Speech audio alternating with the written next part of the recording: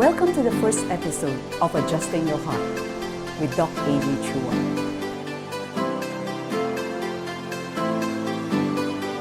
For those who know me as Jeanette, you might be wondering, how come I'm using AJ? Well, my former students at Chiang Kai-shek College would know that. That's because when I started teaching there, natakot ako, baka bigyan ako ng nickname na hindi maganda. Like I would remember at the time, we have weird nicknames for the teachers. Like Madonna, Lumba Lumba. I said, I don't like that. So I came up with my own. So it's AJ.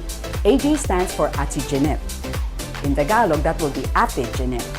And now that I'm older, people said, no, that shouldn't stand for Ate Jeanette. It's now Auntie Jeanette. And once I'm older, Ama Jeanette na daw ako. So let me give you a brief background on why we started this YouTube channel. By God's grace, I graduated cum laude from St. Scholastica's College with degrees in psychology and human resources development. And then I took my master's in divinity at the Biblical Seminary of the Philippines. And then when the opportunity arose to teach psychology, I had to take another master's, and this time it's at De La Salle University. I took up my master's in counseling there, and by God's grace, I earned a silver medal. And I also thank God that He allowed me to be able to get a scholarship, and I was able to finish my doctorate in marriage and family counseling at Gordon Conwell Theological Seminary last 2017. So after 29 years of counseling, my burden is to help more and more people. But at that time, I was thinking, when I was younger, I wanted to have a TV show, just like Oprah. I don't know if you've watched her show, but I was really inspired. I've learned a lot of things from her. And yet, to start my own TV show costs a lot of money. So I just shelved the idea, thinking it's just wishful thinking. And then last May 8th, Saved Radio, check them out at Facebook, they interviewed me regarding mental health. And I was surprised. 1.6K viewers. Wow. And then 1 month after, my professor, Jerry Liao, has a show called Jerry Liao Online. You can also check him out. He interviewed me also regarding depression, stress, and you know what? He told me today that 9.1K viewed it. Wow. I said, more than 9,000?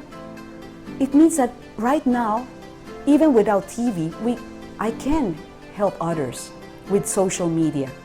And now with YouTube, since I'm doing this at the comfort of my own home, it's gonna be free. And I'm very thankful to have my own husband, Hans, as my videographer, and my friend David Wong, who helped me out with the editing. And of course, who came up with the title? My friend Christine Chow and Hazel Thomas was the one who gave me the cute logo. And my Tuesday M group at MGC were the ones who serve as my FDG, Focus Discussion Group. And of course, to be able to make this possible, I thank God for my family, my friends, whether they're from MGC, UniCP, YGC, DSOP, Chiang Kai-shek, St. Scho, and a whole lot more. As you can see, I'm an extrovert. So, with this video, I hope that I will be able to help more people as I discuss issues like mental health, relationships, because when people come to me for counseling, it's what we call intervention. May problema na. But I hope through videos like this, it will be more prevention. Let's say when one day I'll be tackling about depression and suicide, so it will prevent people from taking their own lives. So I hope that you would keep on watching our episode. So today, I'd like to talk about coping with anxiety.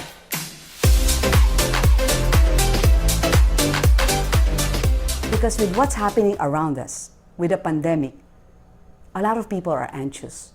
Di ba? Ang daming natatakot. Like, for today, I'm gonna only focus on two things. Our worries regarding finances and the pandemic. Natatakot yung mga tao, like, paano na kung nagka-virus ako? Okay, oh. And we have to face reality. Right now, there's no cure. Diba? So talaga nakakatakot naman, di ba? And it's worldwide. That's why it's called the pandemic. And I think by yesterday, we already reached the 10 million mark. So that's really scary. And more than 500,000 dying. So nakakatakot talaga siya. And in the Philippines, in spite of the lockdown, we could see rising cases. So people are still afraid and are still anxious. And when it comes to finances, nakakatakot din.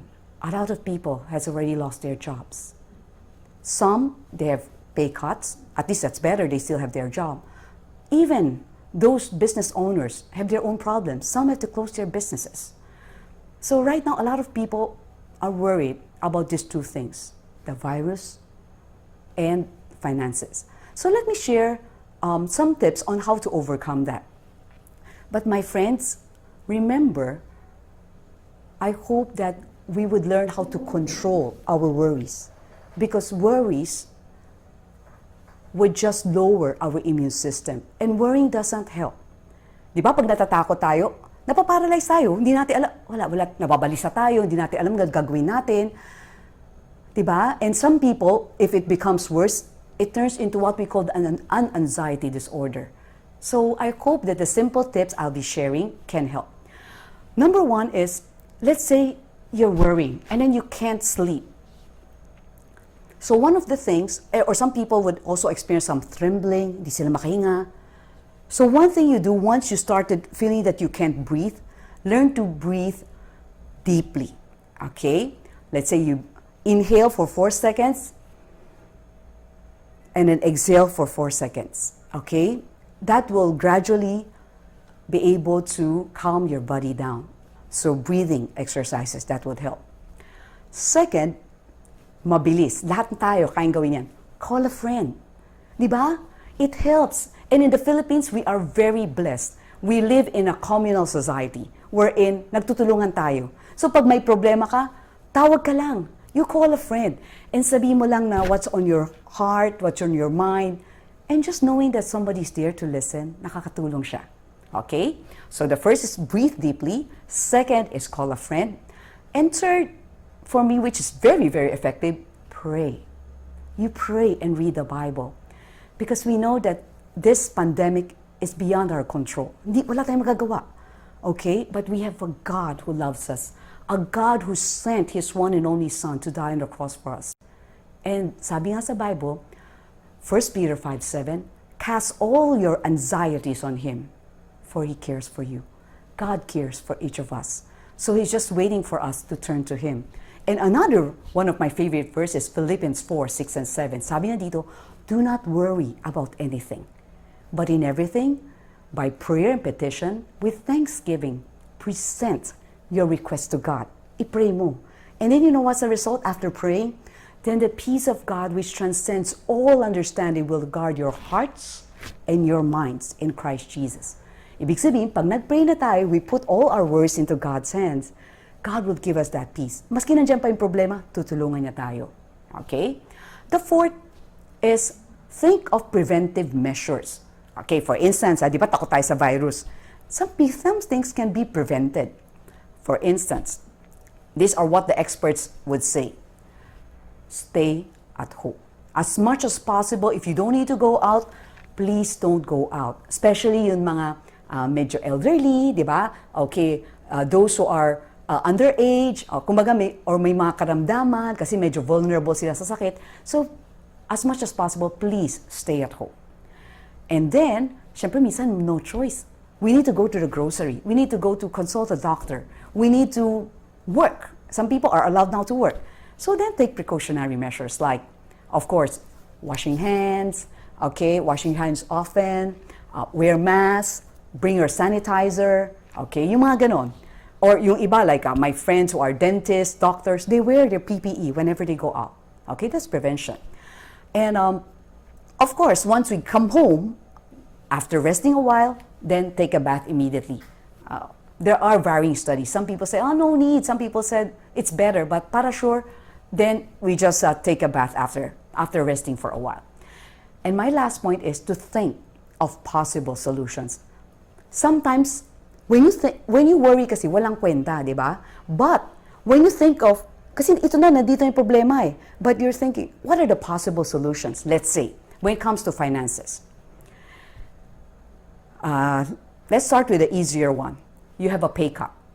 So instead of being paid 5 days a week, sabi ng boss mo, hindi na namin talaga kaya eh. So, you're gonna work alternately. So, you're only gonna receive, let's say, half of your salary. Siyempre, masakit. Ang hirap. Lalo naman pag may papakainin ka mga bata, may asawa, it's hard. But you have to be thankful that you still have a job. So, what do? Think of possible solutions. Cut down expenses at home. You tell everybody at home that this is a difficult time. Magtutulungan tayo, okay? If we have to cut down on electricity, we do that. Like say in our home, we don't open the aircon all the time. The whole day, no. We only open it at night, 4 hours a night. Para malamig lang, after that, may electric fan naman. Okay na. Diba? Eh kung sabihin mo, pati aircon, di namin kaya, then electric fan would do. So cut down expenses. Or let's say, paano na kung nawalan na akong trabaho? Paano na yan? Okay. Of course, you would panic. Matatakot ka. But kung parati ka natatakot, hindi ka makaka-aksyon. So after, yun na nga, breathing deeply, okay, calling a friend, praying, now it's time to do some actions. Like, start applying. Okay, gandahan mo yung resume mo, mag-pass ka na sa mga different job search engines, okay, or companies. Tapos, habang naghihintay, upgrade your skills. Check out Chinkitan's website. I learned a lot from him. Like he would say, learn some skills, online skills. Kasi ngayon lahat online eh. If you could do online teaching, okay, online selling, okay, yung mga ganon. And what about if, let's say you are a businessman. And right now you're thinking like, do I need to close my business? Siyempre, ang hirap, di ba? It's a very difficult decision. Okay?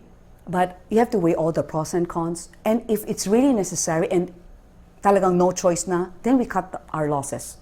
Di ba? But, of course, you have to face a lot of things afterwards. Like, what am I gonna do? Okay, I don't have a business now. So, do not lose hope.